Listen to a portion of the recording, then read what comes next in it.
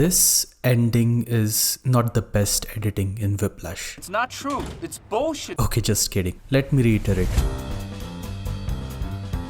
This is not the only best film editing in Whiplash. And to understand what I mean, let's take a step back. Audiences, critics, and even award shows I did not. often mistake film editing to be something that is quick, rapid, or cerebral, aka something that is noticeable. But that doesn't necessarily make a film's editing great. For example, Bohemian Rhapsody. As this film is not the subject of today's essay, I'll leave a masterful video by Thomas Flight on this topic. Long story short, quick, noticeable editing is like the temporary thrill of roller coasters or a jump scare. You get the idea. And if you look closely, the winners are frequently action-packed films, proving how misunderstood film editing is. Of course, I'm not claiming all films that have won Oscars or any award for film editing didn't deserve it. What I am saying is great editing enhances the quality of the story being told while being invisible. The genre doesn't matter. If you did not notice an edit because you were so engrossed in the story, then the editing has done its job. And that's the problem. Ingenious editing is almost always invisible. And this ironically makes people care even less, for they focus on the overt elements of filmmaking without knowing it's the editing that's probably improving their attention in the first place. Actors acknowledge this as well. Joe Walker, the invisible performer in the editing room, thank you. But the ultimate result? You only notice this. But not this. So what was invisible in Whiplash? What do people not notice? Let's take a gander at Andrew's classroom scenes. The first one is nothing out of the ordinary. People talking over each other, distracted even when the teacher enters. Good morning, everybody. The mood is light, calm, casual.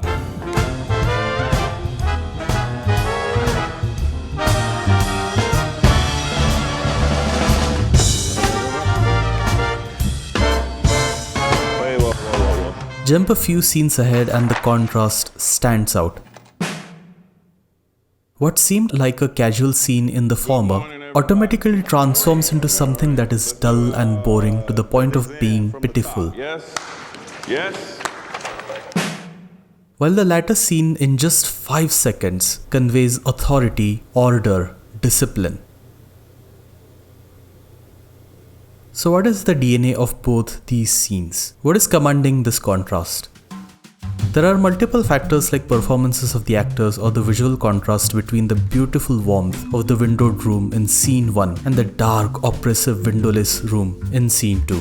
It's predominantly Sharone Meir's cinematography and of course Tom Cross's editing that makes it significantly visceral. Meir in scene 1 uses a lot of wide shots, as if the camera is simply looking at everyone from a distance. Even when Meir isolates the musicians, he does that through a zoomed in shot from a static point of view. Jump back to scene 2 and now the camera is so close to the musicians in some shots that you feel intimate, as if we are kissing them. In contrast, the only intimate shots we have in scene 1 are Andrew's and that of Ryan's hands drumming away. To me, this drives home the fact that Andrew in scene 1 is only connected to the drums, not other musicians. But in scene 2, Andrew begins to learn that in order to stay in tempo, he has to feel the music his fellow bandmates are playing. And I know you are confused why I just spoke about the cinematography, when this essay is about editing.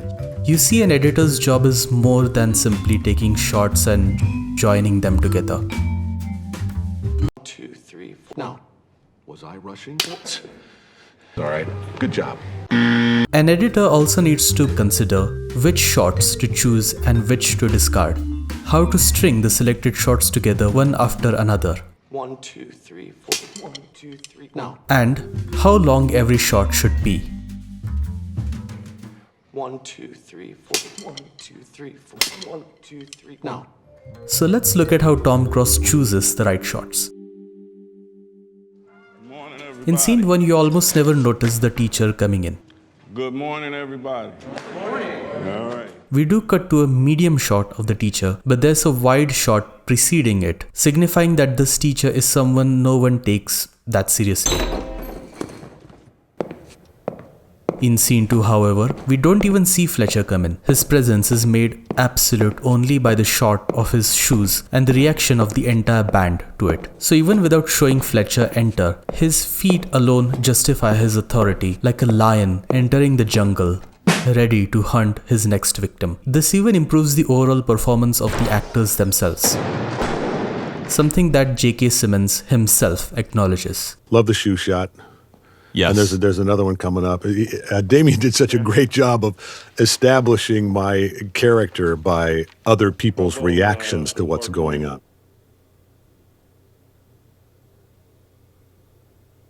Now let's tackle the other 2 points simultaneously in relation to the music in the scenes. Scene 1's cinematography, as we know, is downright awkward. But to exemplify it, Tom Cruise strings together shots of uneven lengths in an unmotivated manner. And none of these shots are cut in sync with the music, which is exactly why scene 2 feels magical.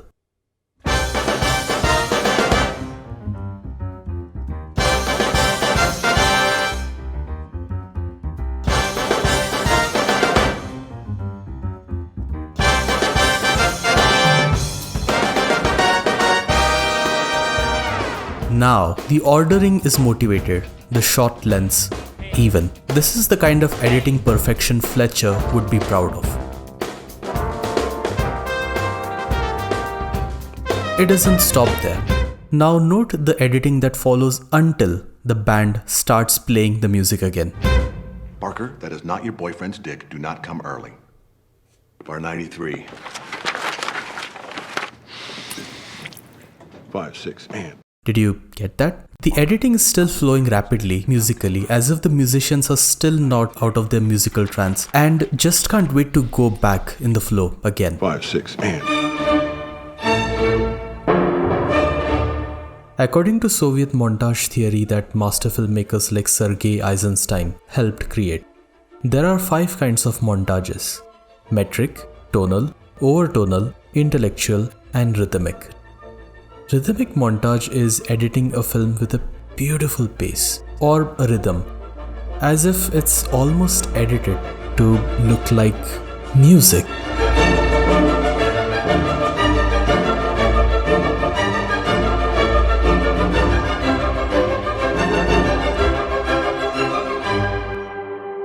The rhythmic editing helps establish how serious the bands in these 2 scenes are.